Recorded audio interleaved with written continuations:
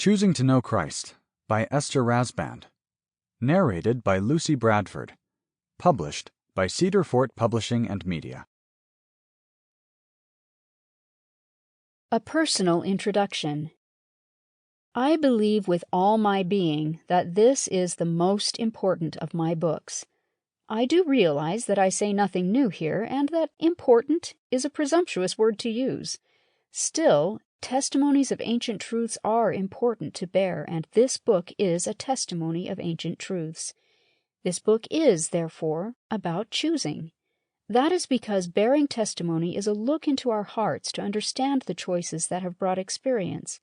That is how conviction comes to be, and we want to bear testimony because of our conviction.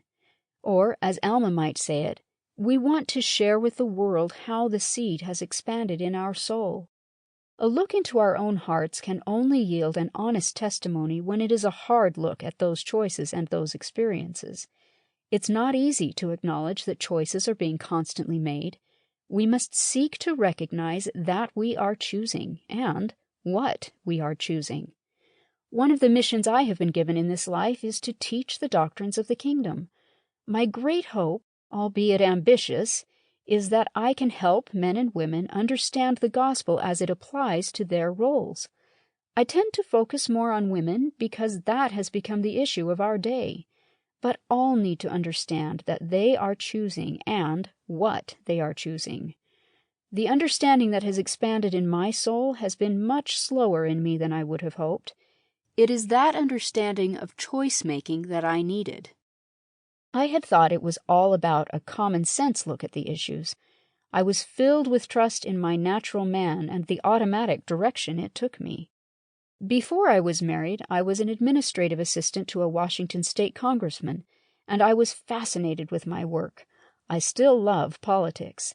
Then I married a young man who had just finished medical school. We left my delightful and remunerative job to go where he could finish his training. I confess that it was not a difficult choice. He was worth it, and I never considered otherwise. I was employed in the new location, but with much less money and infinitely less interest. While children, in the abstract, were still not on my radar, I began to want my husband's children.